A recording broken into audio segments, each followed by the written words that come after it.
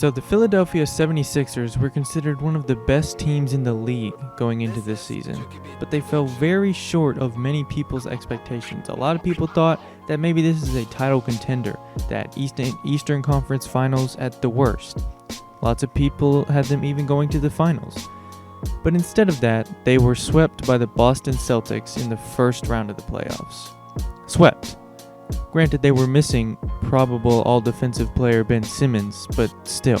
Embiid had the worst 30-10 we've seen in a while, and it seems like this team just rolled over and gave up. And post-sweep, Josh Richardson even said that they need someone in there to hold them accountable. There's no accountability in the locker room. And it seems obvious to everyone that the locker room and the front office are in need of major overhaul. Brett Brown has already been fired, and they're looking to make other moves in the front office. There are many coaches available to replace Brett Brown.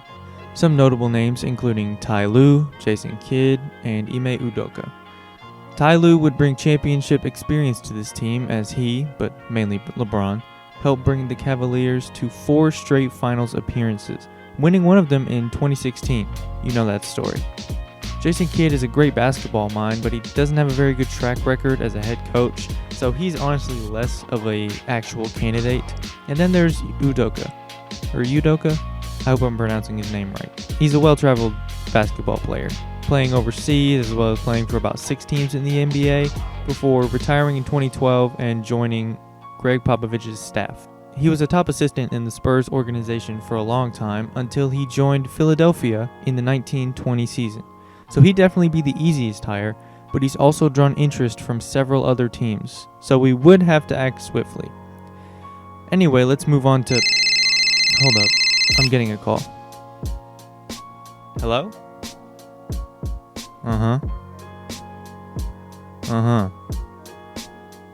You're serious? Really? Well, thanks for letting me know. I have bad news. Ben Simmons' agent just called, and he said if Joel Embiid isn't traded, then he wants out. He's tired of Joel clogging the lane, and even when Joel is at the top of the key, defenders aren't really guarding him there. It just proves very difficult for Ben Simmons to score, which is partly due for his lack of jump shot, but that's not what this is about. So now we're in a tough spot. Embiid or Simmons, that's a choice we have to make. And on one hand, we have one of, if not the best, post players, as well as defenders in the league in Joel. And the city loves him. But he's also prone to injury, and in this day and age, I'm not sure if a post scorer can really lead you to a title. And then there's Ben, who is an extremely versatile defender with amazing passing IQ, but he cannot make a shot outside of 6 feet from the basket. Some people speculate that if he was surrounded by shooters like Giannis, then he would have a similar effect, but the lack of offense in the half court is still kind of concerning. I'll call around the league and see what we can get for both of them, I guess. So, a few days have passed, and we went around and called front offices, seeing what in the world that we could get, and I'm really shocked how low people are offering stuff for Ben Simmons. The offers have been pretty lackluster, and we only got 2 that are even worth mentioning. The Nuggets and the Cavs. The Nuggets offered us Jamal Murray, Michael Porter Jr., and 1 first-round pick, which is pretty decent. And then the Cavs offered Kevin Love, Colin Sexton, and Darius Garland. Everything else was worse than that, so you can see why I didn't even mention them. The Denver offer is intriguing, but I'm not sure we're really getting enough value for Ben in any of those deals. Even with Jamal Murray's recent success, I don't know if that's worth Ben Simmons, a probable defensive player of the year at some point. But for some reason, my phone has been blowing up with offers for Joel. We have offers from the Nets, Raptors, Hawks, and Kings. Those are the notable ones, at least. The Nets offered us LeVert, Dinwiddie, and Jarrett Allen. The Raptors offered us Ibaka, Anunoby, Davis, and 2 first-round picks. The Hawks offered John Collins, my choice of Reddish or Hunter, and a first-round pick, top 10 protected. Then the Kings offered me Buddy Hield, Marvin Bagley, a first-round pick, and a swap best. So needless to say, the offers were kind of flooding in. They're all very good offers too, honestly, but in these instances, we have to think about the fit with Ben. The Nets deal would give us another ball handler in Dinwiddie, a bucket getter as well as another ball handler in LeVert, and then a good young center in Allen.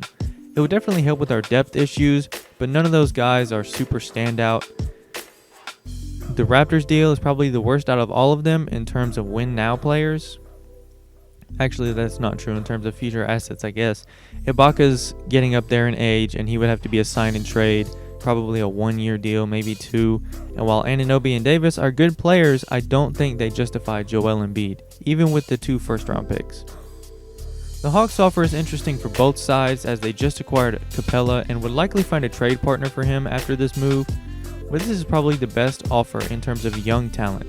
Collins is due for a hefty extension though, and while both Hunter and Reddish showed flashes in their rookie years, they're still improving, but that top 10 protected pick could end up being something nice. And then there's the Kings deal. Buddy Hield is a flamethrower when he's on, which is exactly what we could use. But when he's off, you can barely tell that he's on the floor, and he does not provide a whole lot outside of his shooting. Bagley is a good young player with good offensive potential, but he has not been able to stay healthy while he's been in the league. So we really don't know all that much about him except that he has potential. So we have a lot of thinking to do, but I think based on the offers that we've received, we need to trade Joel. Simmons is 3 years younger and has been relatively healthy while he's played. And despite his absent jump shot, I think we can build a team around him that will make up for that. But what do you think? What offers look best to you? I'll take some time to look over the offers and gather my thoughts, and you should too. We're going to make big changes here in Philadelphia.